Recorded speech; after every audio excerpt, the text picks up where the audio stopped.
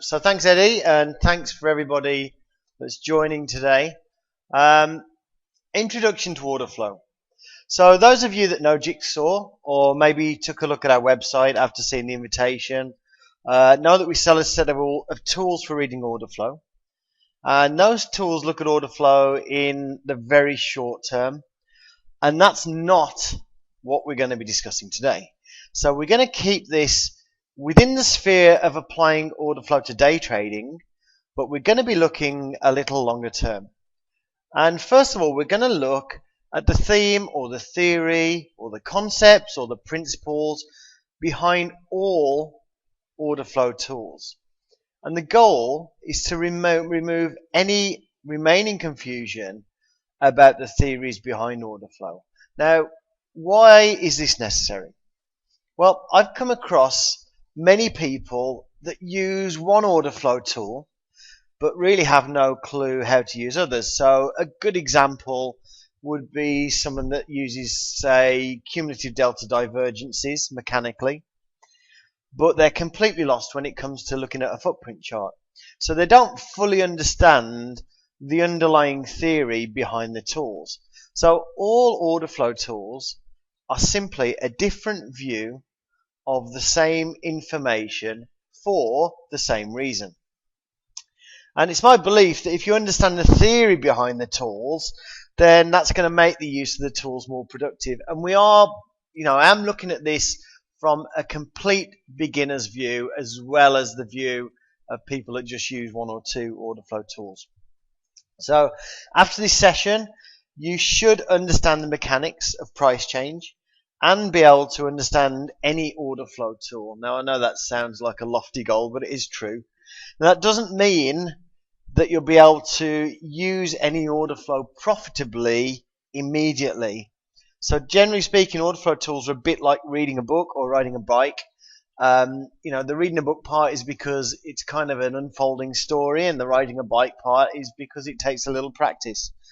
Now, just one thing to bear in mind, and please follow this, is we're going to discuss the merits of a number of different order flow tools, but that doesn't mean that I use them all, and it doesn't mean that you should use them all. You'll end up with analysis paralysis if you try to use every order flow tool to trade off. And the other goal of this session is to actually give you actionable information that you can take away and start applying to your trading. Okay, so after this session, you will be able to take some things away and use them in your trading. Now imagine all of us has faced the conundrum in this ABCD picture here. We have a price level, the horizontal line, where we're looking to enter a trade. And of course the market can do one of four things. It could fall short of the level, or it could, picture A is it reverses on our line. B, it falls short of the level and reverses. C, it pokes through the level and reverses. Or D, it just blows straight through the level. So what can you do? You could, of course, look at the level and say, okay, I'll put in an order before my level, have a really wide stop, which allows it to poke through and allows me to stay in if that happens. You could do that, but it gives you more risk. You could also scale into a trade. That works. Or you could use order flow to help identify when or if the turn is actually occurring. Now, of course, if you do use order flow in this way, it will keep you out of some good trades. But overall, the effect should be that it lowers the amount you need to risk and it keeps you out of the bad trades. So that's kind of the first benefit of order flow. You can also use order flow to set a bias, and that's very simple. Is when the flow is biased upside, you only take long signals, and when the flow is biased downside, you only take short signals. And I'll show you how I do that later on. Another thing we can use order flow for is to define something called a second entry. Now this is a major element to the way I trade personally. I'm like most people. I have price points I use to identify where a major reversal might take place. And I say might because we never know. And most of the time, I don't enter at that price. I will let the market reverse, let the order flow confirm that it actually was a reversal, and then I'll look for something called a second entry, or what most people call a pullback. Now markets do stair step, and you often get hidden backstops created once a move is underway. Those backstops that kind of stop a pullback dead may or may not be visible on a price chart, but they are mostly visible in the order flow. Now, of course, another way to use order flow is as a pure scalper. Now, I'm not a pure scalper, but every trade I enter is kind of a scalp when I first enter it. I kind of enter like a scalper. And one of the key things to keep in mind about scalping is that every scalper I know still has an emphasis on trade location. So you don't start to use order flow, just look at order flow and kind of ignore everything else you know. You still need to have a way to define a trade location. So people aren't just switching on their trading PCs, seeing something on the bids and offers and hitting it without considering where you are on the day and what the bigger picture is. Okay, so those are the benefits that we expect to get from order flow. But what is order flow anyway? And there's two main components to order flow. The intent is what people say they are going to do, and the actual is what actually happens, what actually trades. So those are the two main components. Now, of all the order flow tools, there's only the depth of market, or the DOM, that shows the intent. Now, as a position day trader, or a slightly longer term day trader than a scalper, you can get away without the bids and offers. You can get away without looking at the intent. But as a scalper, you can't get away without using the intent. It is essential. Now, it's also worth noting that when the market gets into a tight range, you might have to turn yourself into a scalper to some extent if you want to play that range. And for those of you that were trading the ES through 2013, that was pretty much essential to keep building your account in 2013, because that's what the market did a lot, turned into small ranges. At that point, the actual intent becomes a lot more important than the actual at the extremes, because when you get to the extremes, it always appears that the extreme is going to break. So the use of actual trade info is what people are talking about when they use the term tape reading. So a lot of what we talk about today is going to be what is known as tape reading. Okay, and the purpose is we're trying to evaluate right here, right now, what is the market actually doing, and that's why we try to use it at a price level we've got predefined. So we have a price level where we expect something to happen, and order flow tells us, is that actually happening? Now, in terms of perspective, with order flow, you don't really have the kind of concept of higher time frames and lower time frames, although some order flow, obviously the order flow tools you can put on different charts. When we look at price action, many people look at higher time frames and lower time frame charts, but with order flow, the different tools are the thing that give you a different perspective. So for me, I would use cumulative delta to help me set bias, but I would not dream of using cumulative delta for defining an entry. So you can put the tools on any time frame chart, but the way they actually present the information gives them their own perspective. Now, there's one thing on there that some of you might not be expecting to see on a presentation on order flow, and that is the volume. So I do believe that volume is an integral part of reading order flow, and we are going to include some looks at different ways of looking at volume as well when we look at the order flow today. So here's a question that's on everybody's mind. Why does price move? Now, different people have got different answers to this. Now, when I say why does price move, I don't mean why are people buying here or why are people selling here. That's a completely different question. I mean, why does price move around at all? Okay, why doesn't price just stay where it is? Now, some people will say price moves because there are more buyers than sellers. Now, the market, it just purely exists to match buyers and sellers. So a trade cannot take place without a buyer and a seller. Now, in a way, this could have you thinking that order flow is total nonsense. Because why would you analyze a flow of orders when every buy is also a sell? Because a buy cancels out a sell. One cancels out the other, right? Okay, but it's not really more buyers and sellers. Now, some people say it's supply and demand that makes price move. Well, that's possibly, but it's not in the traditional sense of supply and demand. There's no scarcity for contracts in futures markets. They actually get created and destroyed as trades occur. Another answer we can get why price moves may be more aggressive buyers and sellers. Well, that is a little bit closer to the truth. But perhaps the truth is it's less patient buyers and sellers. But the real question we should be asking ourselves, because this is the key to order flow, is what stops price from moving? Okay, so why is it that the ES doesn't trade at 1580 1 second, then 1260 the next second, then 500 the next second, then 1850 the next second?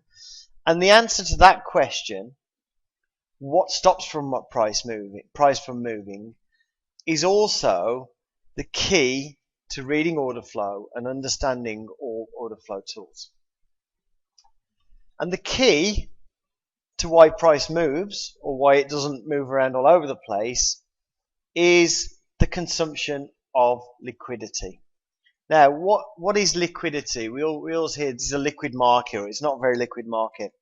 Liquidity is the availability of the other side to trade with. So if you're a buyer and you're buying at market, it's the availability of a seller to trade with. Now, when you trade, you're either providing or taking liquidity from the market, depending on the type of order you use. So liquidity is limit orders, it's bids and offers, and for those of you who aren't used to that terminology, it's your eyes glazing over as I talk about bids and offers in my explanation. So I'm not going to talk about bids and offers initially, because a lot of people have conceptual issues with it. They can't match a bid with buying and an offer with selling. So we're going to talk about floors and ceilings. Okay, so what we have here is a picture of a building, and it was a building designed by me, and it's got no stairs and no elevator. Okay, so imagine that this building is the market. Okay, and imagine that we're on the top floor here. Okay, now on the top floor, what we've got above us is we've got a ceiling above us, and we've got a floor below us. To move down to the next floor, what do we need to do? We need to break through the floor below us. Okay, and the market does exactly the same thing.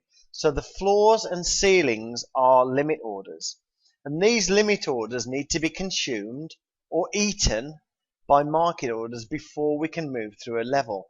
Okay, so to move down, we need to eat through the floor, and to move up, we need to eat through the ceiling. Okay, so at this point, we've eaten through a floor. Sell market orders have eaten the buy limit orders, and we've dropped down. Now, also at this point, is it easier for us to move down or up? Okay, so look at where we are. We have momentum downwards, but is it easier for us to move down or up here? Okay, now this isn't a trick question.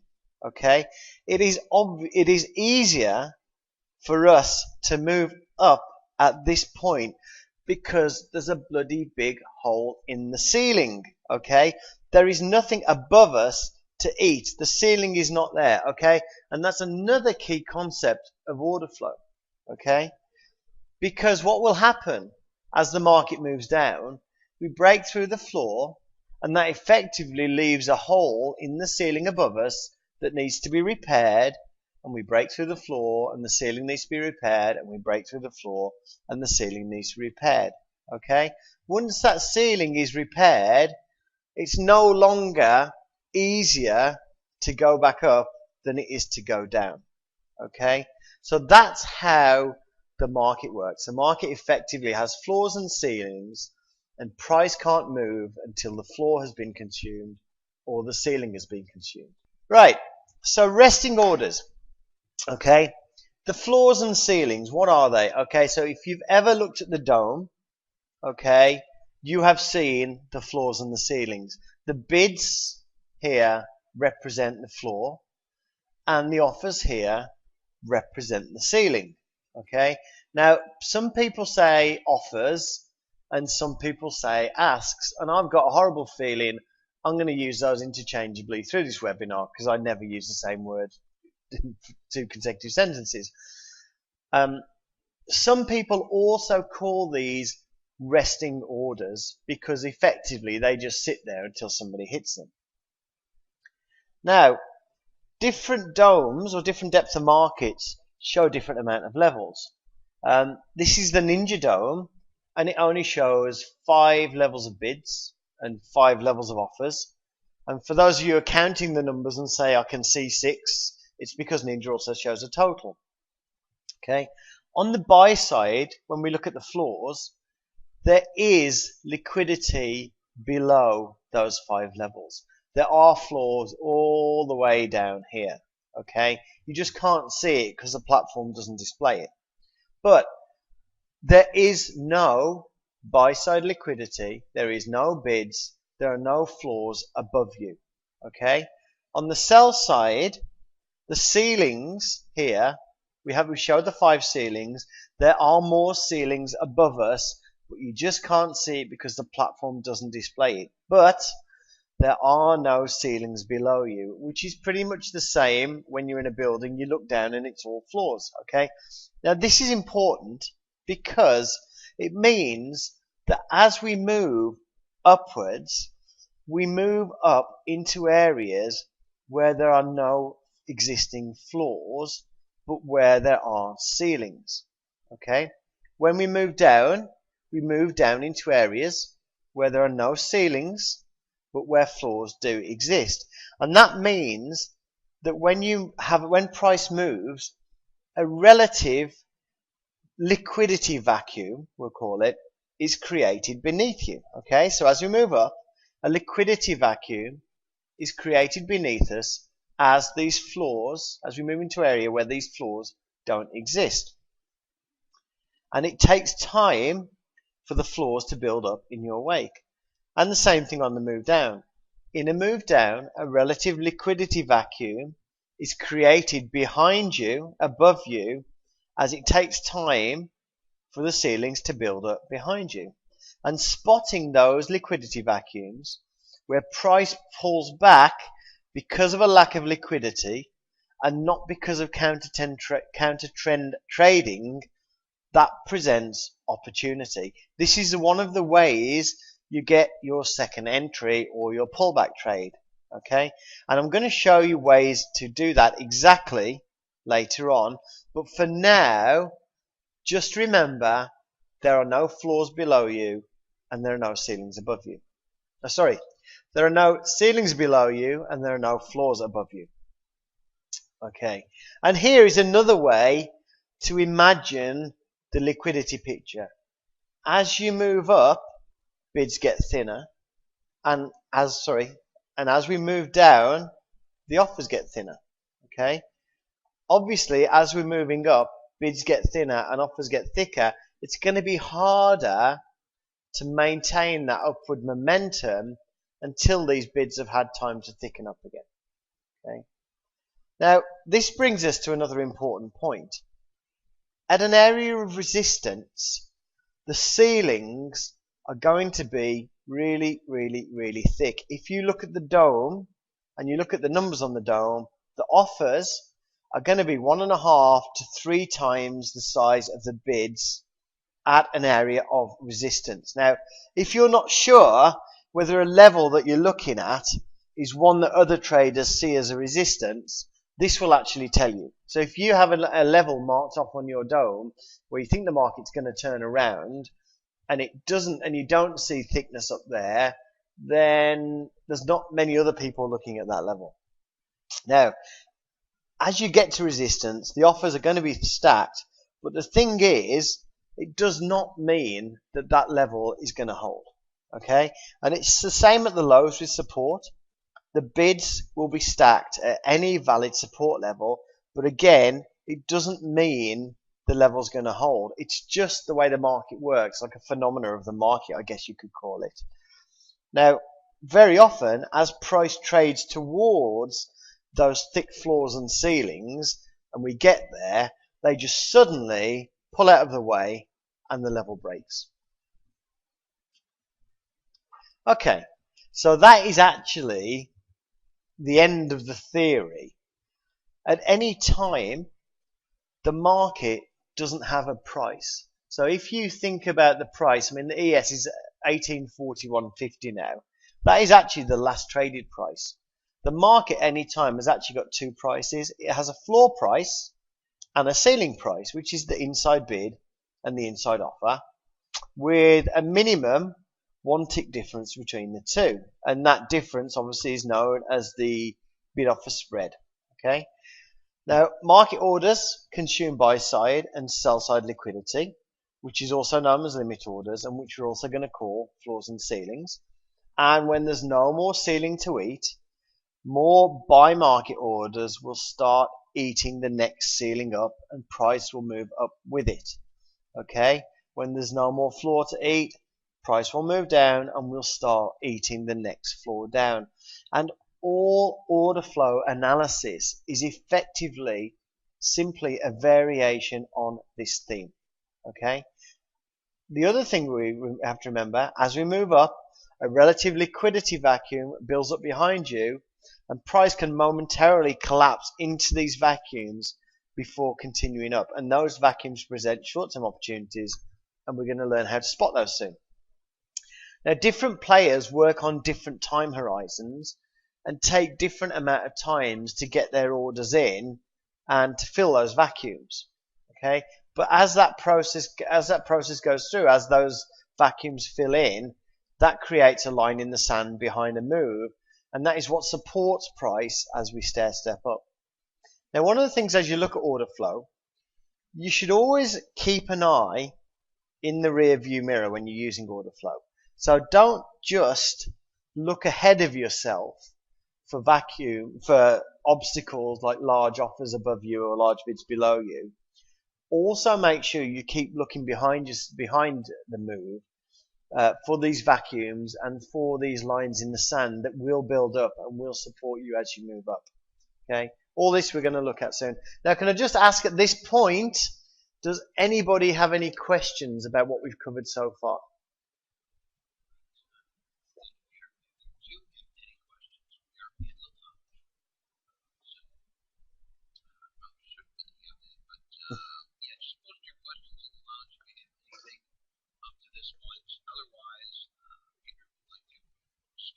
Yep, I'll carry on, and then we can also always stop for those questions in a short while. Okay. Go on, sir.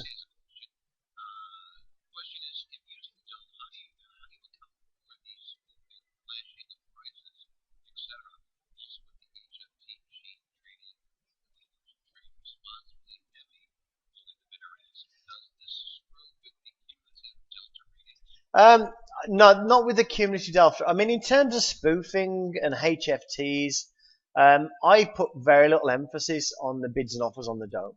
It's probably the least important piece of information.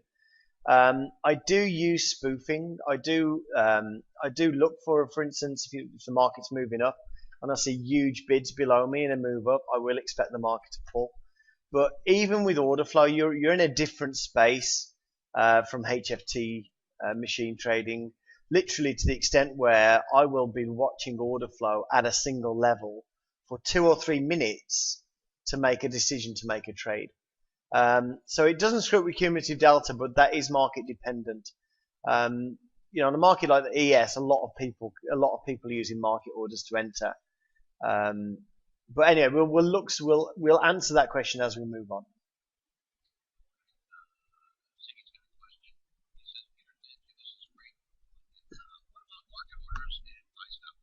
Well, market orders and buy stop orders are both types of market orders, and they are both consuming liquidity. We're gonna and for the next question on volume profile, as we get to the later slides when we're actually talking about volume at price, we're actually going to make those things a little bit clearer.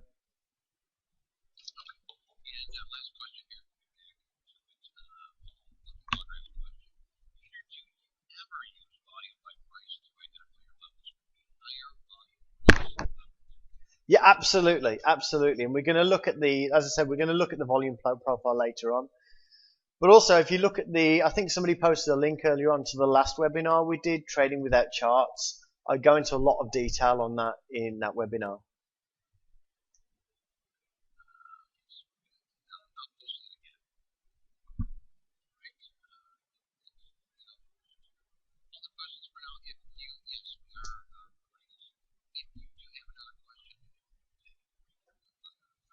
Yep, about that, yeah. Okay, so if we think about what we've looked at so far, big question is, well, so what? I mean, this is all theory, right? How do we put this into action? What is the benefit of understanding this liquidity consumption model? Okay, so let's just consider a few implications of what we've gone through so far in terms of things we regularly see in the market. Okay, now one of the things we regularly see are spikes versus churns, or rapid move up versus slow grinds up. Now lots of people are going to see a quick move up in the market and they're going to equate that to strength. But if you consider the liquidity consumption model, if you think about floors and ceilings, we know that a rapid spike up is going to create a larger vacuum behind it. Now, on the other hand, a market that just grinds, just a few ticks, and a few ticks every few minutes, is often considered weak. We all see this grinding action, where it just grinds, trades, tick up, grinds, trades, tick up.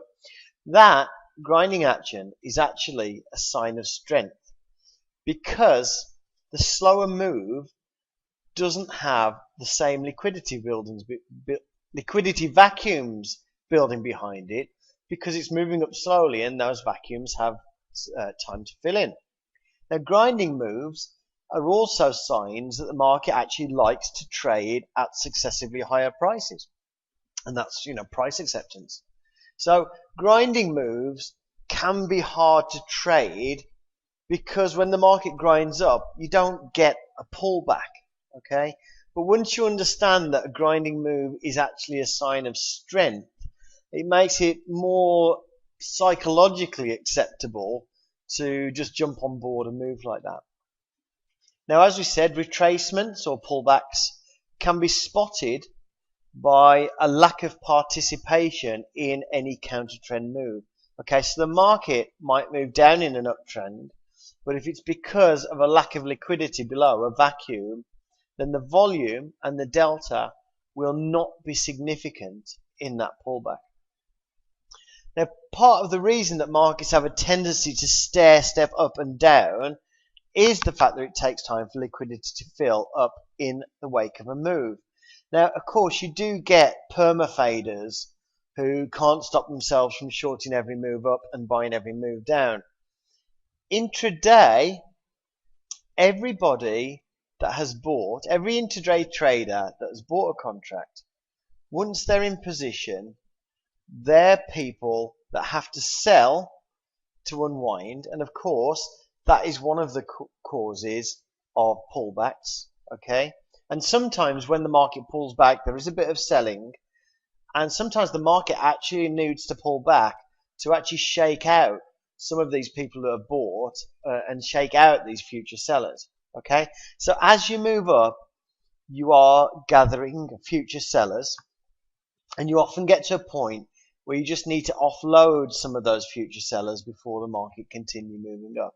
Okay, so when we do step back to a point where the liquidity is filled in, we might see a little bit of selling, but we should still see a very big difference between the selling in the moves up and the selling in the moves down. Now, we've got a feel for the theory of the order flow, so let's consider the implication of that model when it comes to reversals. Now, when I talk about reversals, I mean major reversals and minor reversals. Major reversals being the ones that initiate a new trend, and minor ones being the pullbacks. Now, based on what we know about liquidity and liquidity being consumed, we can identify just 3 elements that will cause a reversal. Now, not all reversals have all three elements, but all reversals have one or more of them. Okay, and the market can only reverse with these three elements, and without them it is impossible for the market to reverse. Okay, now some of these elements are going to be easier to spot in the order flow than others. So let's just consider these three elements one by one. Now, for the sake of simplicity, I'm just going to talk about a long to short reversal and presume you can flip this around yourself from short to long. So the first element of a reversal that we may see is something called absorption. Okay, now this is where the buying continues, but the ceiling doesn't break. The ceiling will either be too thick when we get there, or as buying eats the ceiling, we see more limit orders come in, and the ceiling is actually building up as the buying is actually consuming the ceiling. And this rebuilding of the ceiling as it's being consumed is what's known as an iceberg order. So in terms of being easy to spot, absorption is the easiest thing to spot. It's the easiest sign of a reversal to spot. One of the reasons it's easy to spot, and this kind of harks back to the HFT question, is it takes place over a decent amount of time. Now, on thicker markets, it can take many minutes for this absorption to play out. So what it means is that the offers or the ceilings or the sellers are stepping in and absorbing all the buying, and the buying is no longer able to make the market move up. And eventually what happens, the buyers give up or just run out of money, basically. In some cases, you will be able to actually join the price that the ceiling is, or the ceiling price effectively. You will be able to join the offer, okay? But that really does depend on the market. So you might see the absorption. So if I see absorption on the offer at 39.25, I might see that, know that the market's not going to go up any, or suspect the market's not going to go up any further, join the offer, not get filled, and see the market go down 10 points. Okay, so in some cases you're going to be able to join the market at that point, but it is market dependent. Okay, on the treasuries, yeah, when you see the absorption, joining the offer is quite often possible. On the S&Ps and thinner markets, joining the offer, generally speaking, doesn't get you filled. You're absolutely right about the trade, but usually it goes away without you. Okay, so that's absorption. The second element that we may see in a reversal is buyers fading away. So this is where we get to a price and just nobody wants to trade that price. Okay, sometimes that's a gradual change. So we might get 1,000 buy market orders, it ticks up. Then 600, it ticks up. Then 300, it ticks up. Then we get to the next price, 50 trade, and we're done. Other times, you're going to have regular trading at one price, and then you tick up to another price, and there is just nobody that wants to trade it. Now, ultra thick markets, like the treasuries, might just hit this price one time. So you go on the treasury, you might get to a price, nobody wants to trade it, and you don't get there again. The ES tends to go to that level a couple of times. Okay, and each time, either no trades or just a pitiful amount of contracts trade. So don't hit into the market. Don't feel you need to hit into the market. Whatever market you trade, be aware of whether it comes back to these prices. Don't feel you need to hit into the market. You see it tick up 50 trade, it comes down, you go short. That's not really the way to do it. Okay. Now, it's fairly easy to spot this, but you often don't have the luxury of time that you have with the absorption, and markets do often take a pause, so you need to be looking for the buyers fading at a key level. You shouldn't be looking for it in the middle of a trading range. Okay, and there is a time element to it. It takes time for the buyers to realize that nobody else is buying anymore. Okay, once the buyers realize that, then they're going to start to unwind, and you will see sellers coming. Okay, now the third element of reversal is sellers coming in force and the market rolling over. Now, this is where you don't so much see buyers fading away as just getting to a level and suddenly sellers start hitting it aggressively with size. And many times this is going to be after the absorption, after the buyers fading, but other times it's going to come out of the blue with no warning. Now, you'll most likely see sell market orders in total to be between 2 to 3 times the amount of buy market orders when this happens. Okay, so you will see an irregular or an excessive amount of selling compared to the buying. But this is hard to spot in a timely manner. In other words, by the time you spot this, the market's going to have ticked down a couple of ticks, 2 or 3 ticks. Now, at that point, you can decide to get in at a, in quotes, worse price, which is effectively trading a good price for confirmation.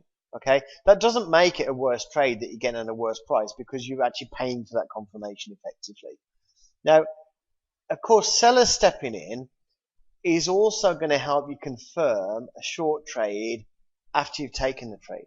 Okay, so if you see the absorption at a high and you go short, then after you've gone short, you don't just forget about order flow. There's no law that says order flow can only be used for order entry.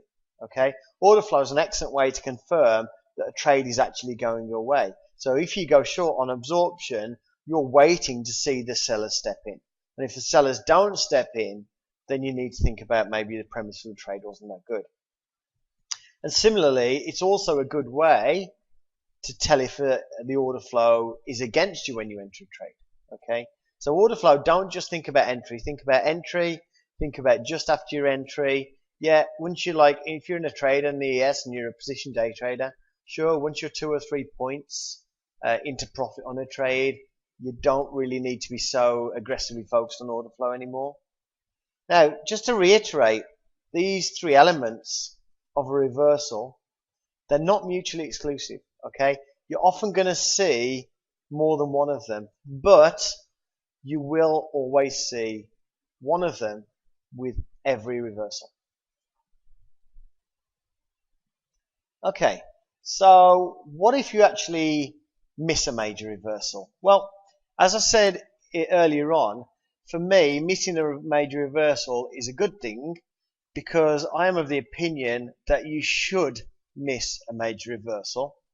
I meet up with a lot of retail traders, and 90% of the ones I meet that are losing are what I call perma-faders. And it's like a disease. The moment they spot the market is moving up, they're trying to short it. And then when it finally does start to reverse and move down, they start looking for a long trade. So for me, I'm fairly good at estimating where the market may be headed. But I'll usually have 3 or 4 potential areas where traders will offload and potentially start trading the other way. Okay, so I don't fade all of these levels because trading against the market is always a lower probability than trading with it. Plus, I've got 3 or 4 levels. Should I just fade each level every time, knowing that only one of them is going to work out? Now, based on what we know about price action and order flow, we can start identifying which moves are reversals and which are pullbacks, and use that to set our bias and then look for a second entry. So how do you know that the last counter trend move was a reversal and not a pullback? Okay, and I think this is one of the things that you can take away today. You'll find this very useful. Okay, so the things that you're going to tell you if that was a reversal or a pullback. First, the move occurred in an area you actually expected a major reversal. Okay, that's one of the first things you look for to tell if a move is a reversal or a pullback. Secondly, the delta or the footprint accompanying the move is significant. Okay, and we'll look at how to spot this shortly. Third, the volume accompanying the move is significant, and also the number of ticks in that pullback, in that leg, in that swing is also significant. So let's say the ES, and I am an ES trader, so I don't talk about other markets when I'm doing presentations. If you want to look at other markets, you're going to have to figure out how to apply this yourself. But anyway, let's say the ES had moved down 8 points, and now we see an upswing with significant delta, significant volume, and a larger number of ticks than the pullbacks on the way down. And it's also in an area where we thought it might be a logical place to reverse. At this point, I personally don't have an entry, but I do have a new bias. Okay, I do now have an upward bias. So now you wait for it to drop back down and for the floor to form below you so you can actually get in with limited risk. Then you look for the absorption, the sellers to fade away, or the buyers to jump in, the three elements of a reversal. Okay, now order flow accompanying a pullback should be weak. You should see a smaller amount of delta, lower volume, lower swing size. Okay, now of course you don't know the full size of any pullback till it's over, so I'm not claiming I know how big a pullback is before the pullbacks actually complete. Now these are the second entry trades, and one of the things about the second entry trades, if you're still a perma fader and you're always trying to take like the hero trade to fade the high and the lows of the day, the second entries, the pullbacks, do absolutely have less profit potential per contract, but they are trades in an area that is less crowded. So when a market hits a prior high, there are lots of people looking to enter there, and lots of people looking to enter a breakout long and to fade the high. Okay, and the market gets pushed around and people get pushed out of position. If somebody wants to establish a really large position, then a major high or low is an absolutely excellent place for market manipulation. Getting people to buy so that you can sell to them, or getting to people to sell so you can buy from them. For the minor reversals, there's a lot less people looking to trade at that point. You don't have the same sort of games being played, and the order flow is a lot easier to read just because of that. Okay, so I don't want to be too preachy with second entries, but I would like to think if you find yourself always fading moves and always getting run over, then you might want to think about just using the major moves to set your bias. Okay, now what we're going to do now, we're going to start looking through some of the tools, the most commonly used order flow tools. Yeah, absolutely, absolutely.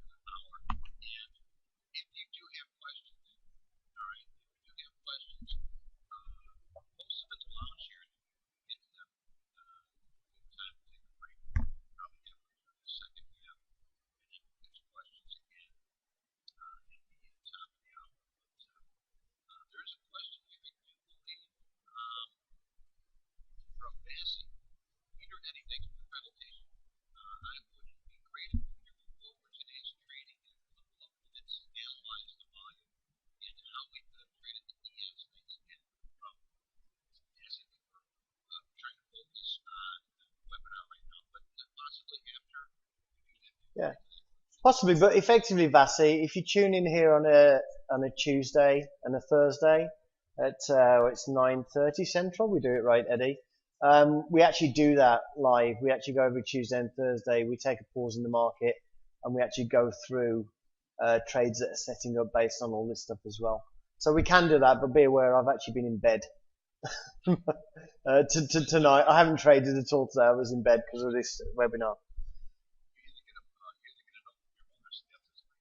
Yeah.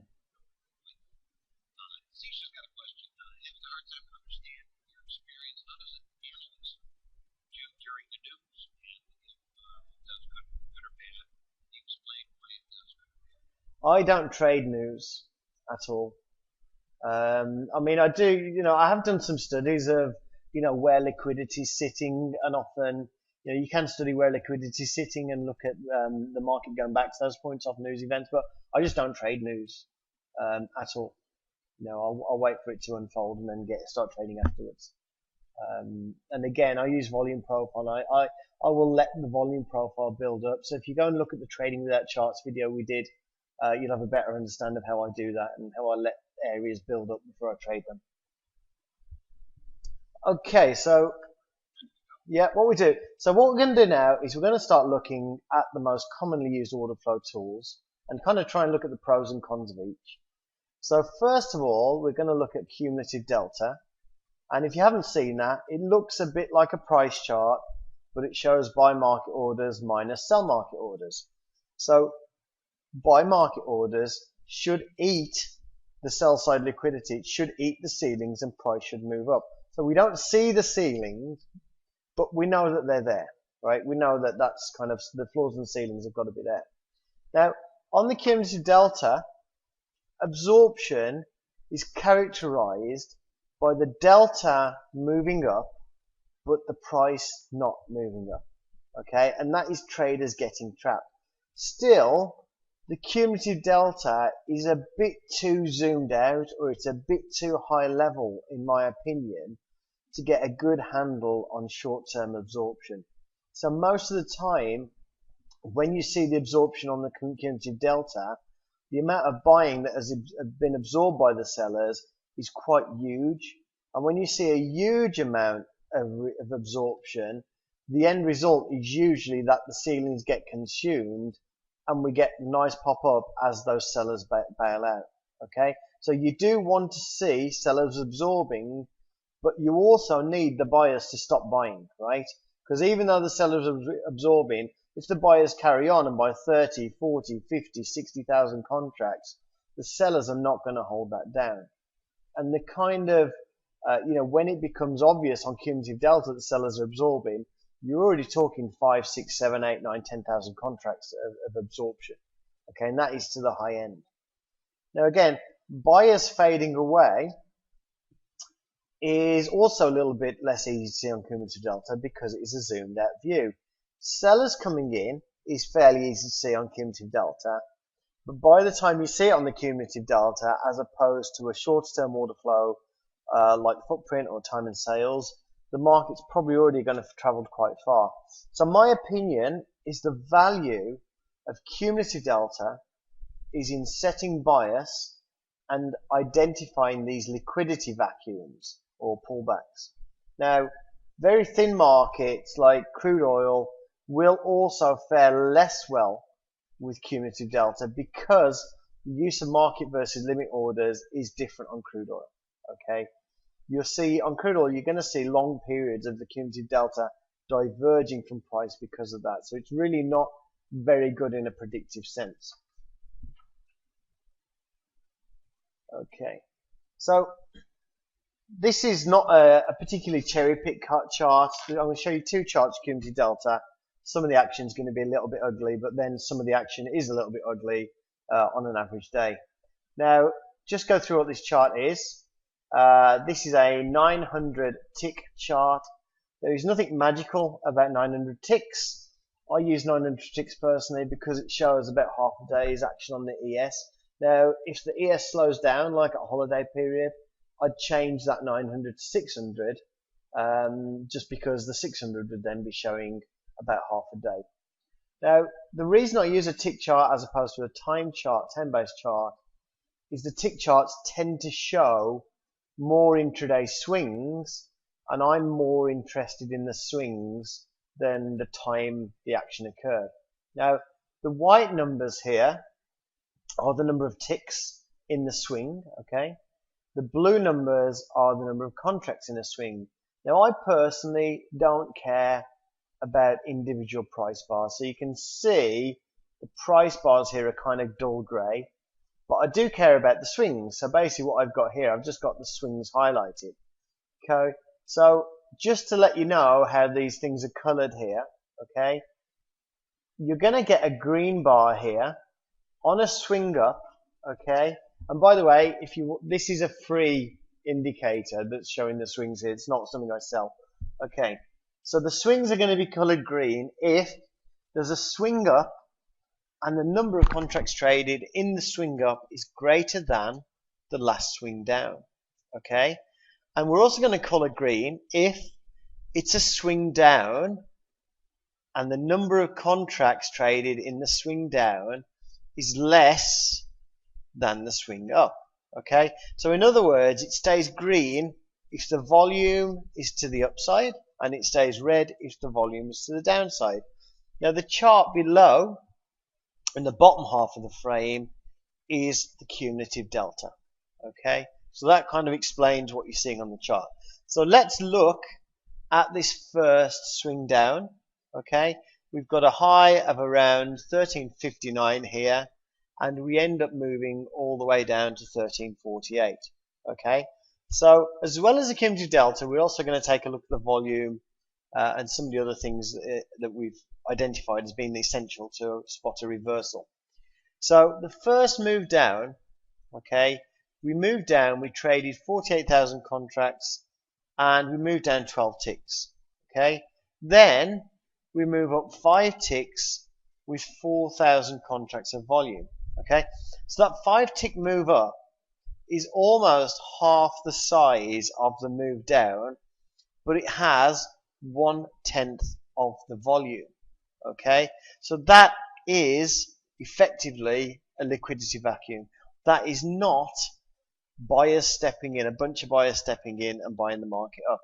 Okay, now also if you look down at where we came off and we did the first leg down, the 12 ticks down, we can see the cumulative delta roll over.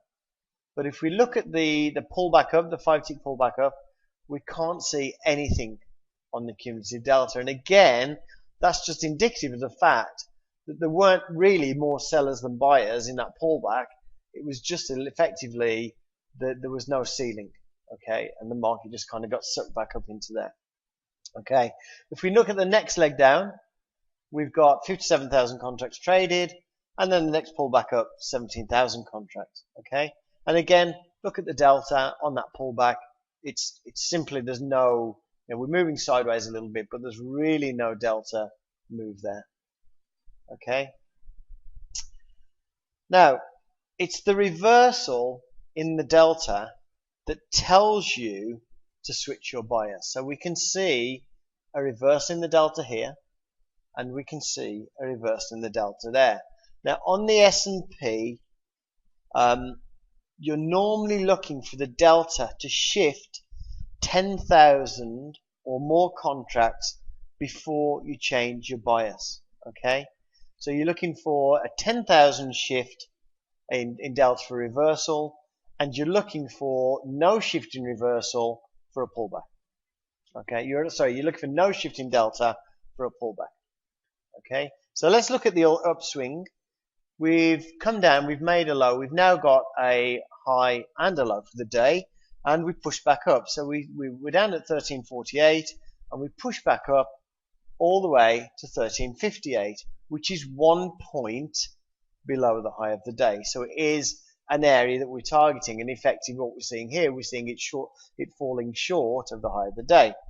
So as we move up there, we can see a huge push up in the volume, in the delta. We can also see with that swing up, we've got a huge amount of volume in the swing up, and we can see the swing size, 31 ticks, is fairly big. Now, there really isn't much of an opportunity to get on board a second entry, okay? Not based on the chart. There's no pullback, okay? Although there is something called a volume cluster in the middle, and we're going to talk about that a little bit later. This first pullback here doesn't actually look like it's much of an opportunity because, eventually the market doesn't go up that high, and we are quite close to the high of the day, okay? But it's clear, if you look down here, that the delta doesn't shift down, and also the volume isn't supporting that as a reversal down. Okay. And now we're going to look at the move down from 1358 to 4750. Now note that in this case we do have the added confirmation up here that we are reversing off a known area. Okay, so this is a failed attempt at the high of the day. Okay, and we start off with a 70,000 push down, and we start off with 19 ticks. So we can see with that leg down, we've got a lot of volume and a lot of ticks. Okay, then it retraces over half that move with a lot less volume, and again, if you look down at the delta barely moves. Okay, and as we move down through the daily low all the way down here, we can see the downswings with more volume and ticks and delta than the upswings. Okay, now from 47.50, as we get to 47.50 here, we start up this move to 13.51. Okay, and looking at the chart, you have to say, looking at the chart, that looks like the market bottoming out. It does look like a reversal, but if you look down at the delta, is the delta shifting up considerably there? Do we have a significant amount of volume in these swings up? Do we have a significant amount of size in ticks in one of the swings up? And right now you have to say no. So at this point, okay, it could be a reversal, but at this point, the order flow is really not telling us that this market is reversed. Okay. And this is how it played out. Basically, we had another leg down to 45 and eventually reversed up. Now, this is where it gets kind of ugly, okay, because really this area here, we don't know it's a reversal until, perhaps this area here when we're about 13.49, okay. So in this case, what we've got, when we go to 45, we've got a case where we've got our low of the day and we've actually overshot the low of the day. And now we were reversing back through what the low of the day was. Okay, so we'd failed to get to the daily high, but we'd shot through the daily low. Now on this reversal up, we don't really have a big shift in the delta until we get to this point, the move up to 13.49. At that point, the delta's up about 15,000 contracts. Then that is also the first point where we see the delta and the volume in the swing and the swing size confirming a move up. Now, if we look at the pullbacks, we can see that the pullbacks are kind of, they are lower in size. We don't have the delta. You might have got wiggled out in this area here. You got your first pullback there. If you were very tight with your stop, you got wiggled out of your trade. But you can see that generally speaking, as we move up, the volume is on the upside, the size of the swings is on the upside, the delta is on the upside. Okay. And basically, that is how I use cumulative delta. That is what I think the best use of cumulative delta is. Okay, so I think cumulative delta is good for longer term order flow. You could look at this and say, well, look, he's using that on a 900 tick chart. Why don't I put that on a 50 tick chart? And then I can use cumulative delta as a short term order flow tool. Okay, but to me, that still wouldn't make the delta a good short-term order flow tool. And obviously I've tried that and it just doesn't work well, because I think, the nature of the cumulative delta is that it's a zoomed out tool. Now, the other thing about cumulative delta, and I'll probably get shot for saying this, it is a good hindsight tool. Okay. Now, unlike some of the order flow tools, the cumulative delta is going to look the same in hindsight as it does in real time. Okay, so if you actually want to start using cumulative delta, you can load up historical cumulative delta charts, look at the history of how this thing played out, and then start to incorporate that into your methods. With things like the footprint chart, volume profile, you simply can't do that. Okay, so that's one of the benefits of cumulative delta. Okay, so footprint charts, I'm going to say same information, different format. So footprint charts show trades at the bid next to trades at the offer. Okay, so whereas cumulative delta is showing you the difference between the two, footprint charts kind of requires you to work out what the difference is. Now, this is a more zoomed in view, but of course you can put a footprint on a longer term chart. Now, if we're looking for absorption on the footprint, we're going to see a large volume of contracts trading into a price without it being able to move through. And usually that's going to occur at just one or two prices on a thicker market like the ES. We're going to see buyers fade simply by seeing no contracts or very few contracts printing at a price. And sellers coming in, we're going to see price move down and approximately 1.5 to 3 times the size on the sell side to the buy side. Now, in terms of footprint charts, a footprint chart sits on top of a bar chart effectively. So if you can do it, you can do a footprint chart on a 5-minute chart, 15-minute chart, 1-hour chart. If you're going to look at footprint charts, I would say, for various reasons, you should use range charts or point and figure charts. And the reason for that is because we tend to basically, with a footprint chart, we'll go up and we'll come down, and with a reversal, with a chart that shows reversal like a range chart, you'll see the move up on one bar and the move down on another bar.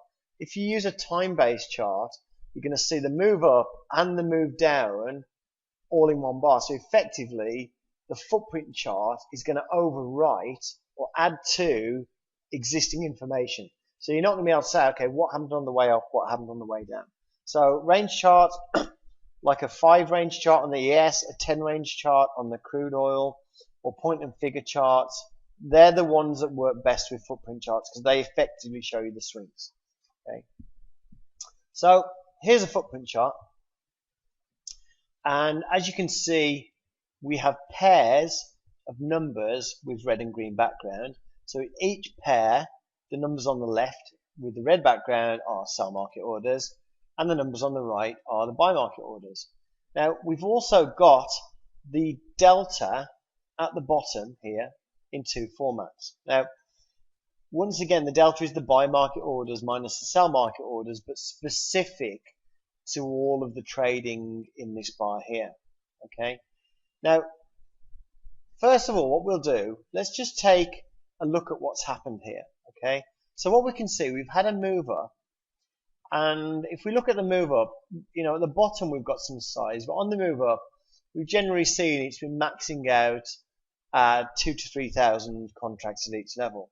When we get up here to where the red arrows are, 42.75, we see absorption on the offer side. So we see this 5,000, nearly 8,000 contracts on the offer side. Okay. And that is absorption. And now, obviously, what you're going to say, looking at that, yeah, but look at the bid side. Look at the bid side, 4,000, 6,000, 8,000 on the bid. Isn't that absorption too? And the answer is well, sort of. But there's 2 caveats you've got to kind of consider with a footprint chart. The first of all is there is always 2-sided trading. So whenever there is absorption on the ceiling, whenever the ceilings are absorbing, the buyers don't just stop buying at the same time. So you're going to move up and you will see absorption, a lot of trades at the offer, but while that's occurring, you're still going to see trades at the bid, which is one of the reasons you get size on both sides. Okay. But the other thing is, as we reverse down, okay, you're going to see the sellers jump in size, and that's going to appear on the left side, on the bid side. Okay. And that's going to add to whatever quantity was made on the way up. So what you're seeing here on this bar here, you're seeing the move up and the move down. Okay. And that's one of the problems with footprint charts looking back historically, is you don't get a good handle on what was in the move up, what stopped it, and then what happened on the move down, because it kind of overwrites it. Now the white boxes here represent the close of the bar. So we can see 997 at the top of the last bar, and we can see that we traded down to 181 and closed this bar. Okay, so from this bar here, we only actually managed another 2 ticks up. Okay, and that's what tips us off. So that tips us off where this bar closed is a reason we can fairly confidently say there was absorption here, and then we built volume back on the way down. Okay, so it's not a guarantee, but if you're actually looking at footprints historically, look at where the bars close. Okay, now let's take a look at the white arrows. Okay, so we can see that we peaked up here and we just printed 44 contracts. There's no buyers there.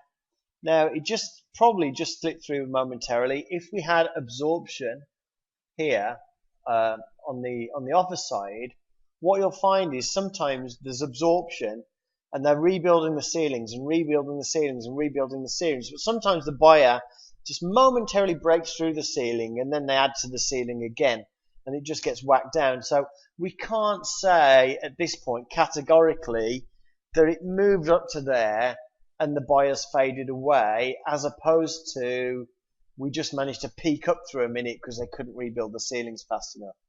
But over to the right hand side, that is buyers fading away. Okay, so this is the point where we got up, we traded 593 contracts here, but there's no sign of absorption, right? We've just got regular trading at the price below. So we can see we got up there and we probably went up and down there a couple of times, but there was only 593 contracts worth of trades there. There's no buyers there. We're also coming back to the high of the day. Okay, so it's a point where we expect a reversal. Nobody wants to buy into that price. That is the buyers fading away. Okay, and this is also the point where the seller steps in. So if you see the orange arrows pointing at the delta down here, as we moved up, we can see we were getting decent positive delta all the way up. Okay, up to this 4286 over here on the last bar of the move up. All of the buyers up to this point are obviously people that are going to need to sell to unwind their positions if they're still in. Some of them are going to be longer term traders, but generally speaking, we don't care about longer term traders when we're day trading.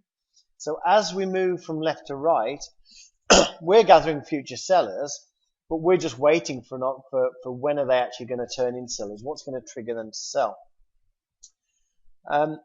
As we get that second attempt to the high, as we've moved kind of sideways here, okay, we can see now minus 266 is pretty neutral on the delta. Minus 1,000 and then plus 1,000, well, those two kind of cancel each other out. Minus 796, minus 1946 on this bar with the right hand side white arrow. It's at this point when the buyers fade that you then start to see a lot more size on the sell side, and we start to see the delta actually going negative. Okay, so there's a couple of places you could have hit into the market here. Okay, you could have hit into the market. An aggressive trade would be to fade the absorption first time to the high. Excuse me. Okay, sorry about that. So that is your first area to potentially enter a short trade. We could have taken a short trade when we had the additional confirmation of coming back to that high, when buyers have got no interest at this double top, or we could have got in when we saw this delta go negative, when we actually saw the sellers come in down here and start to push the delta negative. So that's kind of how you can use that. And you should be able to get a feel how you can play aggressively with an early entry and less aggressively based on the footprint chart, based on the flow of other traders. Okay. Now this is a slightly different type of reversal. So what we're looking at here is a move up and then a trading range that took almost an hour to resolve. So if we look at the orange arrows here, we can see that up to this 1, 2, 3rd bar, we had fairly decent volume hitting into the bid, but on the 4th bar, it's gone. The buyers disappeared. Okay, oh, sorry, this side here, the buyers disappeared. Okay, let me just say that again. On the move up, we had good volume actually on both sides, but in this 3rd bar, we've got the volume effectively disappearing. And then we saw 287 contracts trade at the high. Okay. Then a few minutes later, 49 contracts trade at the high.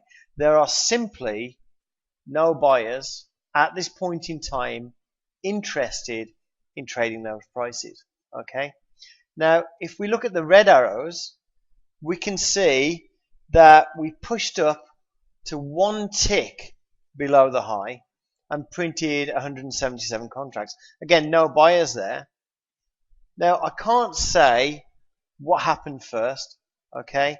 But I'm going to take a guess and say that this red arrow, okay, this 5,328 contracts trying to eat the floor was an attempt to hold the market up, which failed, okay? And I say that just because, you know, I've read a lot of footprint charts, and that's what I'm guessing happened. I'm guessing that as we came up, we came back down here, and the bidders, the floors firmed up, a lot of contracts traded, and then they just let it go. Now, after that failed attempt, okay, the market broke downside.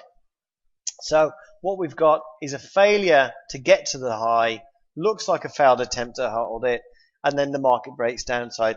We can see in the last two bars, the delta starts to get a lot more bearish as the sellers stepped in and started to push the market down. And of course, the buyers get out of the way because they realize that they're toast effectively. Now, in this example, while we do have sellers stepping in, this is a trading range and it's not a huge range, okay? So you've got to use your discretion a little bit here, okay? So should you fade the top of the range when you see the buyers aren't interested, or should you wait for the sellers to step in? Because if you wait for the sellers to step in, you're potentially going to be shorting in the middle of this range, okay?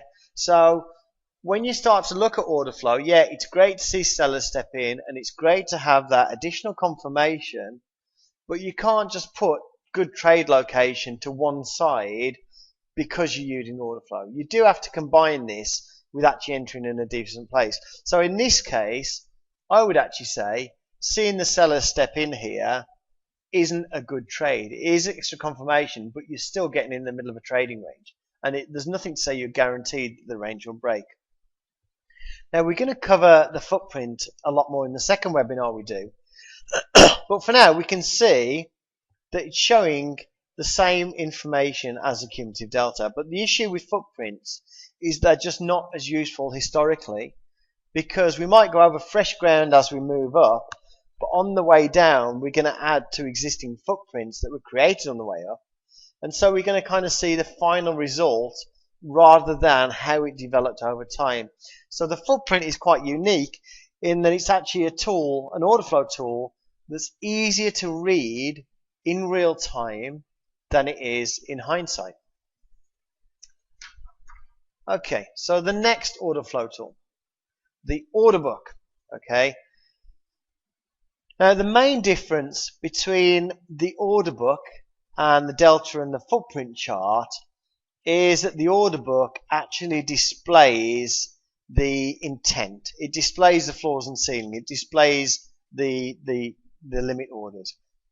The cumulative delta don't display the floors and ceilings, but it's merely implied how thick a market was by that price delta relationship. If the delta moves up and price doesn't move up, you know that the ceiling was thick. Okay, you know that there was more liquidity eaten on the way up.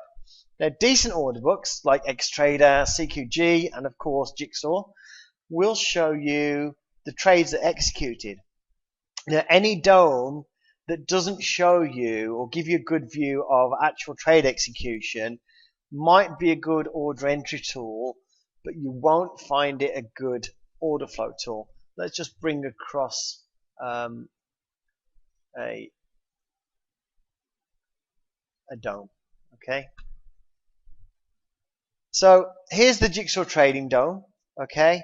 And what we can see here, just center that, the columns here where my cursor is, that's actually the trades actually occurring in the center. So we've got trades at the bid here where we see the 31 little pink one. Those are the trades that are eating the floor. And the green 55 here, those are the trades that are eating the ceiling. Okay. Now a lot of people say that depth of market is useless because of the amount of manipulation that goes on. And it is true that the market depth is manipulated with people putting in really large bids and offers and making the floors and ceilings look really thicker than they are, but that doesn't make the dome useless. Okay, so if you think about it, why would somebody go to the trouble and risk of putting in orders that they don't want to fill? okay? Because you can't put this guy down here with 1,500 contracts, whether he's fake or not. If he's spoofing, right, he actually has to have the account size to put in 1,500 contracts. Now, of course, it's not all one guy, okay? But if he's spoofing and the market comes down and he doesn't get out fast enough, he has to honor those contracts. He has to buy those contracts. So there is a lot of risk to spoofing. And the reason that they spoof the market is because that spoofing, that manipulation pays off. And that's effectively why this information is useful, because people are playing games with it and you can watch them play the games and you can use that information in your trading. Now, obviously what we can see here in this blue column are the floors, and what we can see in the red column are the ceilings. Okay. Now, in terms of manipulation, we can actually see in the outer blue and red columns the pulling, the stacking activity in what we call the snapshot.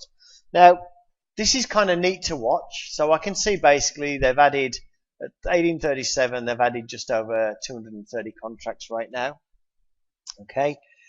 But the thing is, you can get kind of caught up in all of this pulling and stacking activity. The most important information, even when you're looking at the DOM, is the trades that are actually executing at each level. Now, the DOM is very much a right here, right now tool. Okay, so it's most beneficial at refining an entry or assessing if a trade is on side just after you've entered. Okay, there's very little history on the DOM. Okay, you see what's happening right now. Now, to the outside here, we do have a volume profile, and that is actually showing us history for the whole day.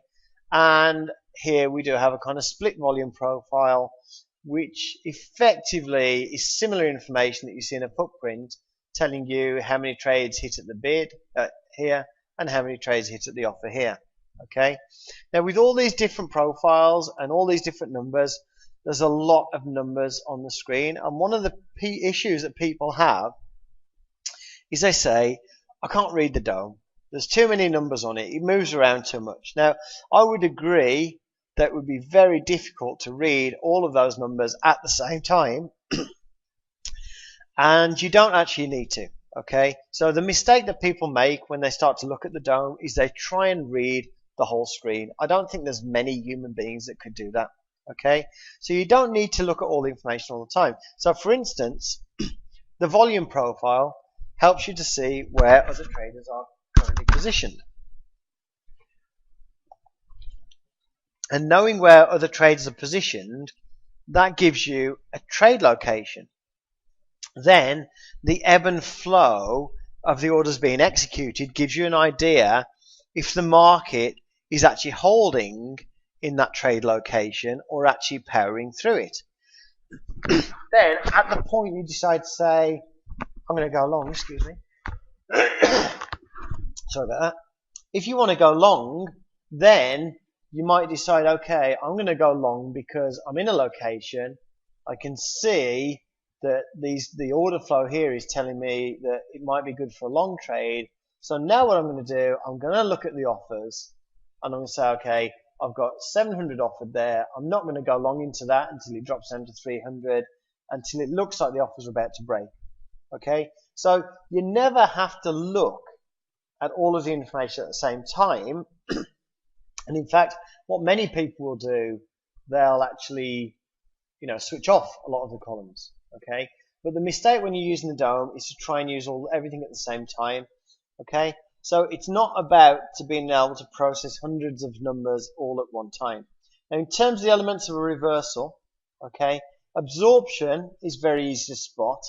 You will see a lot of contracts hitting into a level, and if we look at this here as it moves down, we can see, on average, we've got 300, 150, 600, we've got 2,000 here contracts that have hit into the bid.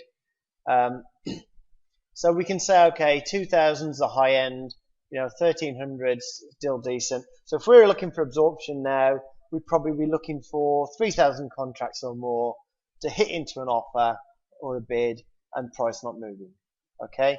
Now at the same time, when you're looking for absorption, you're probably also going to see some high numbers here, which is the column that tells us they're actually adding more orders. Okay. Now, buyers fading, you're often going to get to a point where just a few contracts hit. Okay, and you're probably going to revisit that point several times. So the things that you're going to see on here is you're going to see we get to a price, nobody trades, and then it moves up. Comes back to the price, nobody trades, and then it moves up. But there's a pause. Okay, as this occurs, you're going to see it gets, and there's a pause. It doesn't start moving away straight away. Okay, so for instance, we've just seen 28 contracts here. Okay, if this is buyers fading away, we'll see it come back, and there'll be a pause. And the reason there's a pause, it's as if it's palpable, the dawning of realization on behalf of those last sellers that they're the ones left holding the bag. Okay, so when you see buyers fade, okay, or sellers fade, you can see if it comes down again and just a few contracts trade, all of the other sellers are going to see that. And eventually they just bail and move out of the way. Okay. Now, in terms of, seeing the other side jump in, very similar to the front footprint, you're going to see the market move down to an area, and then suddenly you're going to see some large size hit into here. And the reason you're actually going to see the large size is these ceilings here won't have a chance to get out of the way. So if buyers jumped in right now, you could expect to trade like 500 at this level, 1300 at this level, 1200 at this level, because they'll just come in and whack it. And even if these guys here with the like 1300, 1200 contracts, even if they're not real, they just won't have time to get out of the way if buyers jump in. Now, if order flow is the icing on the cake, then the manipulation, the pulling on the stacking, could perhaps be called as the icing on top of the icing on the cake. Okay, so we can see now average depth on the first couple of levels is below 1,000. Everywhere else is about 1,000.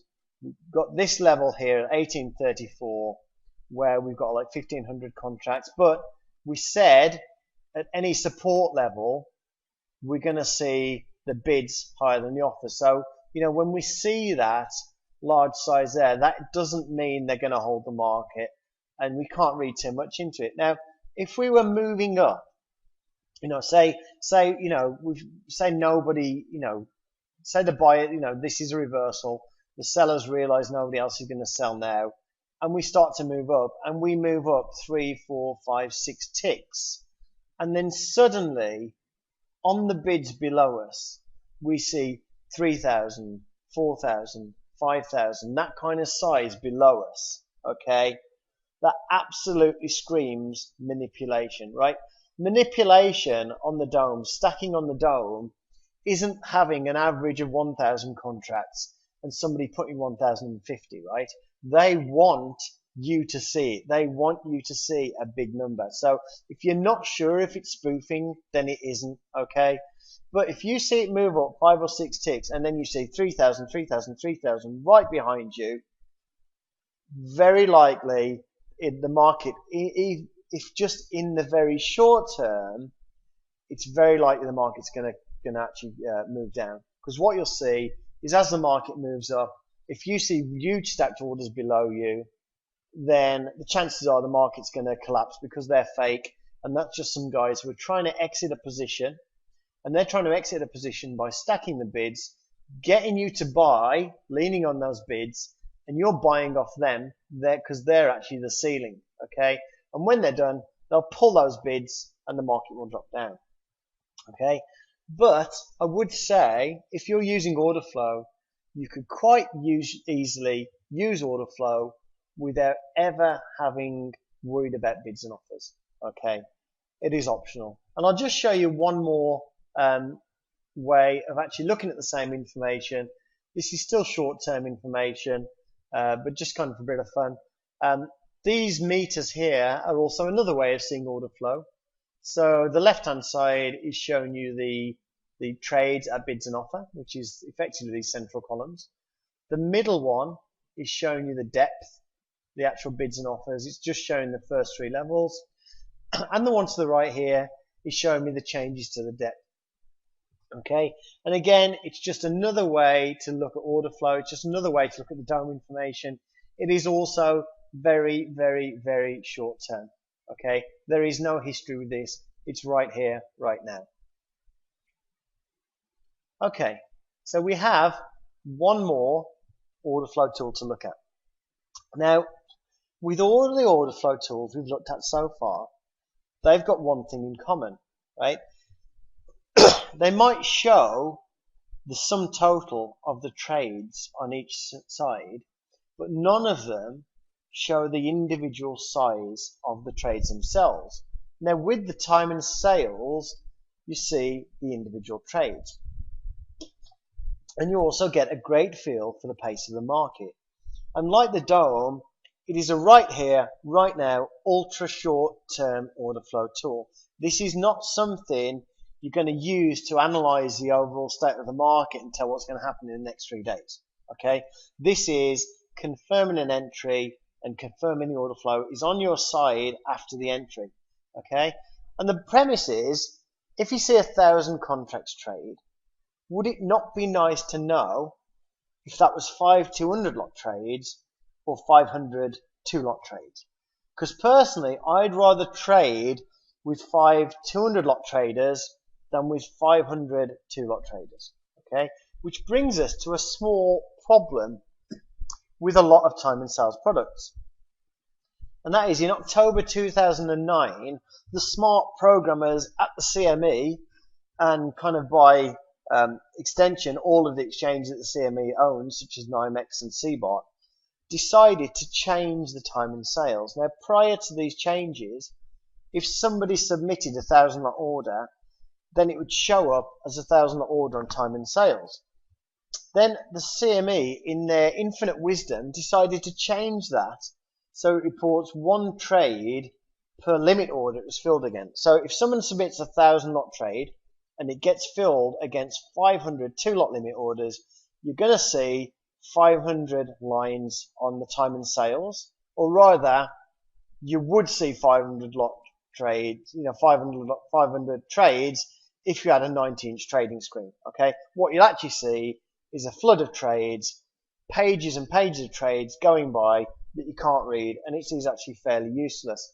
Now, what we did at Jigsaw, and what a few other people have done as well, there's various methods of aggregating time and sales. Now, at Jigsaw, the approach we took is to actually reverse engineer the October 2009 changes, and so we try and show the actual 1,000 lot order that was submitted. Okay, and we're with the CME marks, we're about 95% right.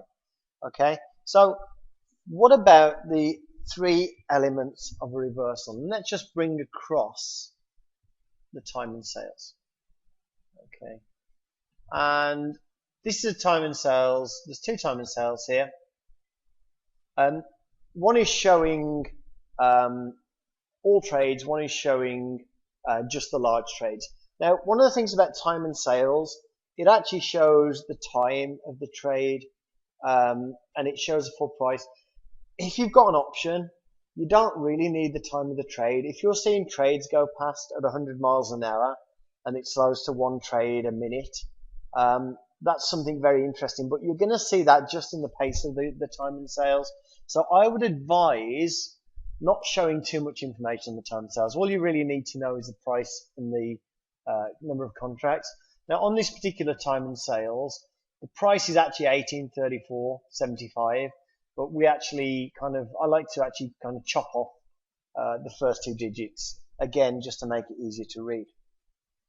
So what are we going to see in terms of the 3 elements of a reversal? Okay, so the first element of a reversal is absorption, and with absorption, you're going to see a stream of prints, mostly on one side. Okay, and so let's talk about absorption on the ceiling, on the limit order, on the offer side, where we've got buy market orders buying into the offer. Okay, so we're going to see prints, green prints, and we're going to see all those prints at the same price. Okay, so we can see buy market orders, but the price not changing. Now, obviously, what's going to happen is you're still going to get some red prints, but as the absorption, as we're moving up, we're going to have overall in an up move, you're going to have overall more green than red, and you're going to see that green continue, but the price will just keep printing the same price. So that's the absorption. Now, the buyer's fading up to a point as you move up, you're going to see mostly green. Okay, it will always be a mix, but it will be mostly green in a move up. And then suddenly the green prints stop coming. Now, you might print green again as the price comes down, but you'll see that there is a clear maximum green price. Okay, there's a maximum price that green will print at. Okay, and you'll get up to that price. Green might print a couple of contracts, but you'll only get red printing at the price below. And those that printed at the maximum price are the ones trapped in bad positions that help the move down. Now, the other thing is, don't expect only little guys to get trapped. Okay. Now, the other sign of a reversal is sellers stepping in. Well, that's pretty easy.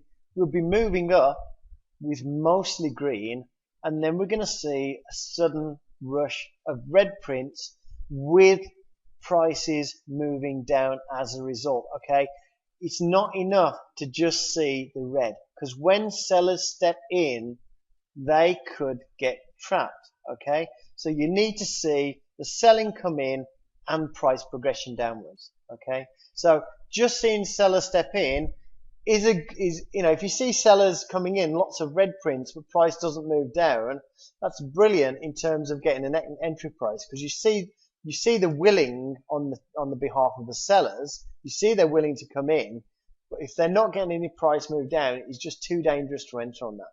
Because if there's no price progression downwards, sure, you've got confirmation that the sellers are there, but you've also got the bid side absorbing. You've also got the floors refreshing. Okay. Now, time and sales has got the least history of any order flow tool. Okay. It's as much about pace as anything else. It's not everybody's cup of tea. Okay. But what I will give you is probably the best use of the time and sales for a beginner. Okay. So the best use of time and sales for a beginner is just this. It's just the large trades. Okay. So on the ES, I would recommend that you take a tape showing contracts of 100 lots or more. Okay. And what you're going to look for is, as you move up, you're going to occasionally see groups of large green prints. Okay. So in a move up, like we're doing now, in a move up, you're not going to see big prints every price. Okay. You're going to see like 100, 100, 100. And then, okay, we've ticked up. Okay, 36.50. And then you'll see some more big ones come in and we'll move up. And then some more big ones come in and we'll move up. And what you'll see after a while, okay, in fact, what we can see right now is that we can see we've got these large traders here, 486 at 36, all the way up to 36.50. And those large traders right now have not got anything for their money. Okay. And this is one of the things, if you combine with a good trade location, that you want to look out for, because you should see large prints move up, large prints move up, large prints move up.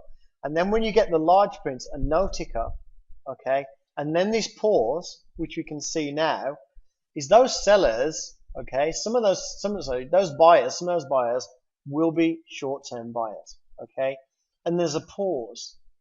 And it's sinking into these guys that they possibly just bought a short-term high.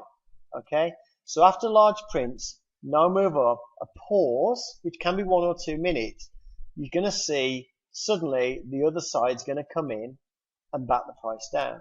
Okay, now that doesn't mean you do this, in the middle of the market. It doesn't mean you do this in the middle of a trading range. You still need to do this at an extreme. But actually what we're seeing now is exactly what you'd want to see for a short trade based on buyers being trapped. Okay, and I'm going to leave that up there just to see how it plays out. Now, what I wanted to do was I wanted to actually talk some more about volume profiles and volume clusters, but I've taken up a lot of time right now. We will run out of time if I go on to talk about volume clusters. So what I'm going to do is I'm actually going to record for you a short 30-minute video on volume profile and volume clusters, because I think that does complete the picture and it does answer one of the questions. But for now, let's bring it to a close. We've covered a lot of material today, but I hope the message of liquidity consumption, floors and ceilings helps you to understand what order flow is all about and what is common between all these tools. Now, order flow does require a lot of discretion. It's a discretionary tool, okay? It's like reading a story, okay? It doesn't mean you trade it without rules. It just means that every situation is going to be a little bit different, but the overall patterns will be recognizable with practice. So with that, let's end there. I'll get you the other video. And Eddie, do you want to do some more questions? Okay, sure. If you do have any questions, post them in the lounge. I'm just scrolling up right now to make sure I missed it. Peter, excellent.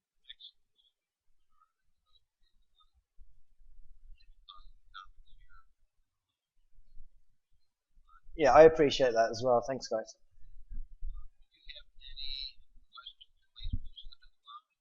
We've got a few more minutes, and we'll make sure that first. So, let's start with Fred. Fred's got a question. Question for Peter.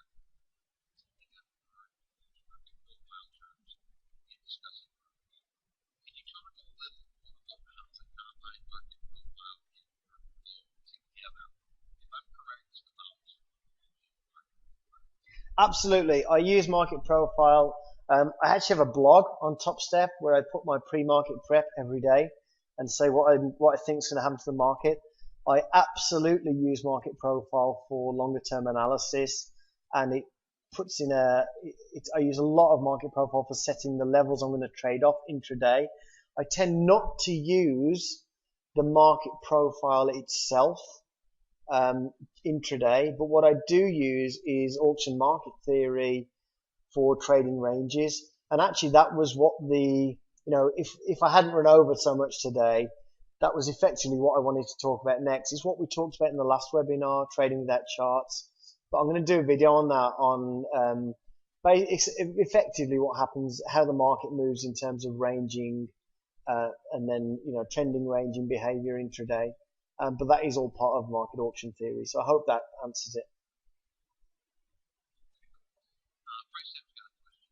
While analyzing order flow, you pay attention to your states in order to better identify who's getting ripped off in the market. My state, I'm not sure what you mean by my state. I do absolutely do that. I tend to not worry about that so much at entry time, but I do worry about it when I'm in a trade. And by that I mean, if you want to look at an ideal place where people are getting ripped off on the market, you have a trading range, you go to the top of the trading range, and sellers start to fade the top of the trading range, and you come down, and the bids are stacked. The offers are stacked. It looks really weak, but there's iceberging. You get 2 or 3 ticks down off the top of the range, and there's an iceberg order absorbing contracts. Then they pull that iceberg order, it ticks down again, but they start absorbing there. And what's happening is they're making the market look weak, but they're absorbing all the contracts by buying, and then they'll move it up. Now I can see that, and if I'm on the wrong side of that, I will exit. But I don't enter trades. I don't join the manipulators. It's not really. I'm not comfortable doing that. So I kind of I'm aware of it, but I don't join in with it basically.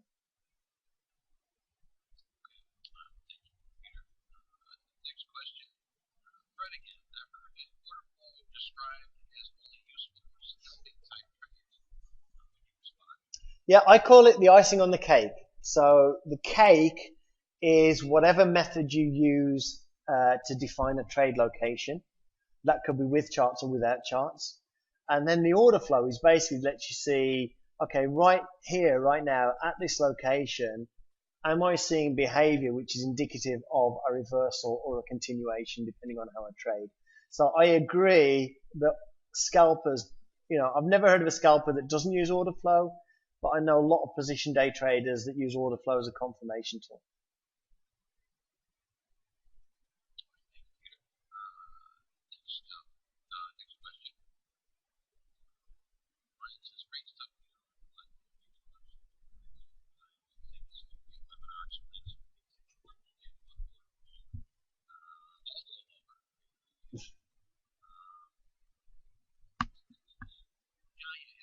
Mm-hmm.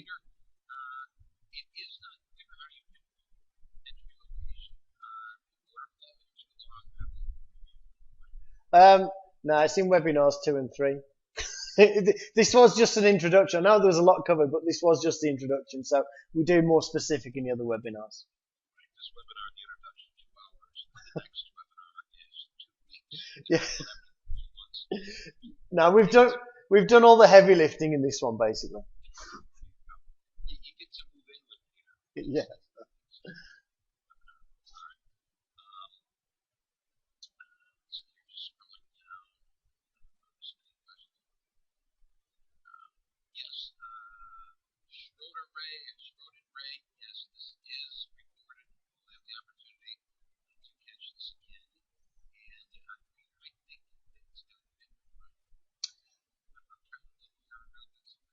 I think Kaj has got one. Kaj 15 has got a question.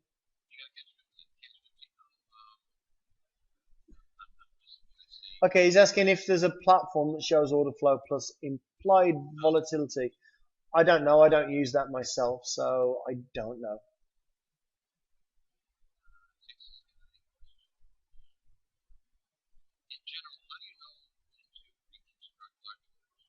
In general, that's kind of proprietary information. Everybody wants to figure out how we're doing that, but I'm not going to tell anybody. Vance's got a question. Next webinar is 2 plus 2 weeks. I think we've got one next Friday, I believe. Yeah. I did mention to a lot of people that we do pass this information with our Facebook account. We do pass this with our Twitter account. If you'd like to get on the mailing list for all our educators and open chance to guest, just contact support at TopStepTrade.com.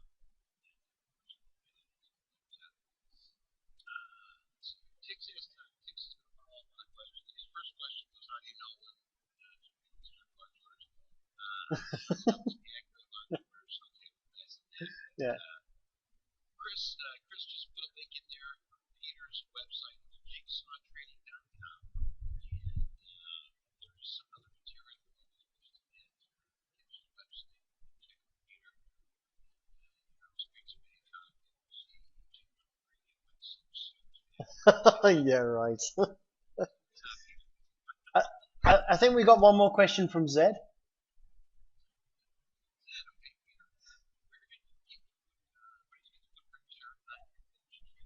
Okay, and I got that. I got a message on the PM as well. Yeah, that's something called Gomi Tools, which is available on the Big Mike Trading Forum. He's got an elite section over on the forum with a lot of free downloadable tools, and that's what I'm using basically.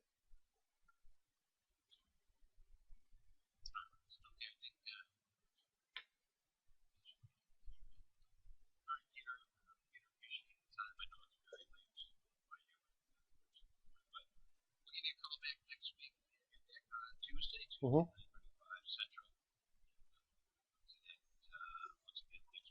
Excellent. Well, thanks, guys. Thanks for coming, and I'll speak to some of you on Tuesday when we do our session then. Will do. You too. Bye.